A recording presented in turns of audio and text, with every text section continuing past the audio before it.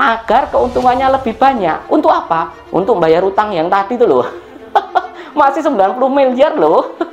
Itu masih banyak lah. Kalau keuntungan Formula E ini nggak banyak, lalu bayarnya mau dari mana? Maksud dari APBD atau dari uangnya Jakpro? Kan ya nggak lucu dong.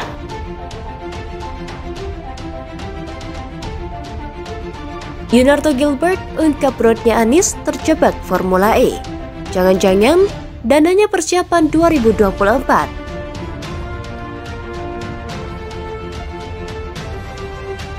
Pagelaran Formula E itu tidak ada di RPJMD.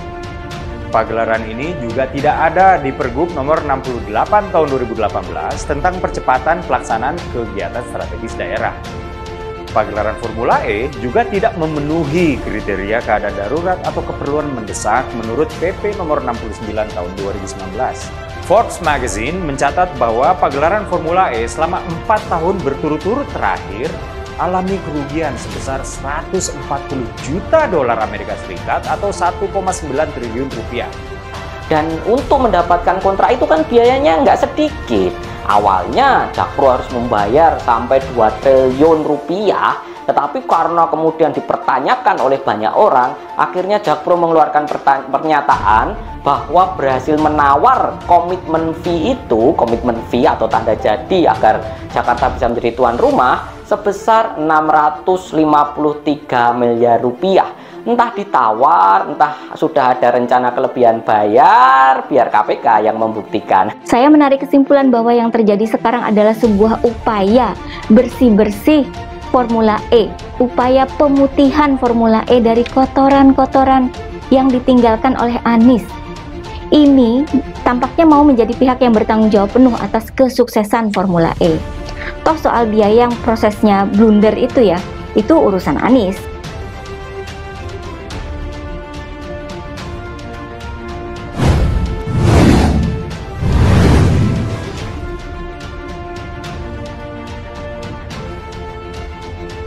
Solusi untuk melancarkan ambisinya di 2024 untuk mendongkrak citranya dari gubernur ke gubernur yang pantas jadi presiden karena berhasil menggelar event internasional.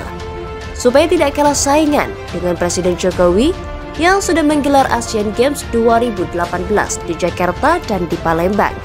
Anies membayangkan dia akan dielu-elukan sebagaimana reaksi warga terhadap aksi Presiden Jokowi naik motor yang jadi tontonan epik di pembukaan Asian Games 2018. Polemik demi polemik menerpa Anies.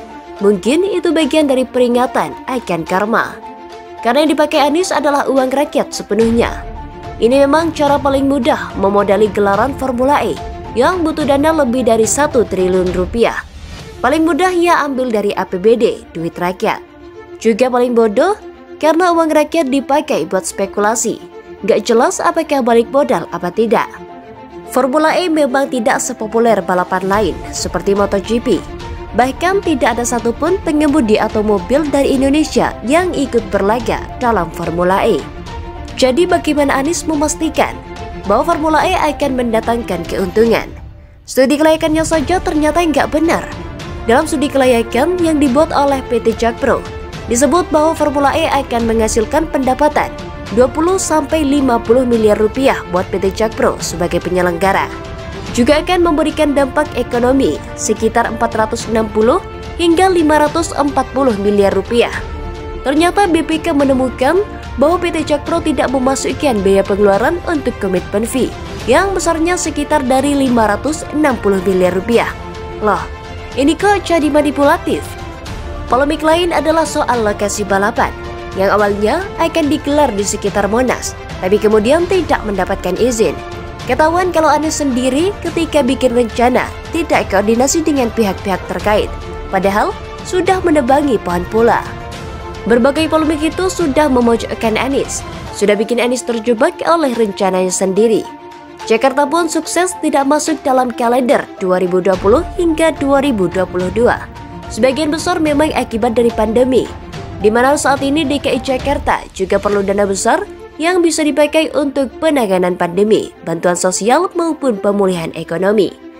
Tetapi Anies kekeh tetap akan menggelar ajang Formula pada Juni 2022, mendekati akhir masa jabatannya. Hal ini ditegaskan oleh Anies dalam Instruksi Gubernur atau Ingup nomor 49 tahun 2021 tentang penyelesaian isu prioritas daerah tahun 2021 hingga 2022.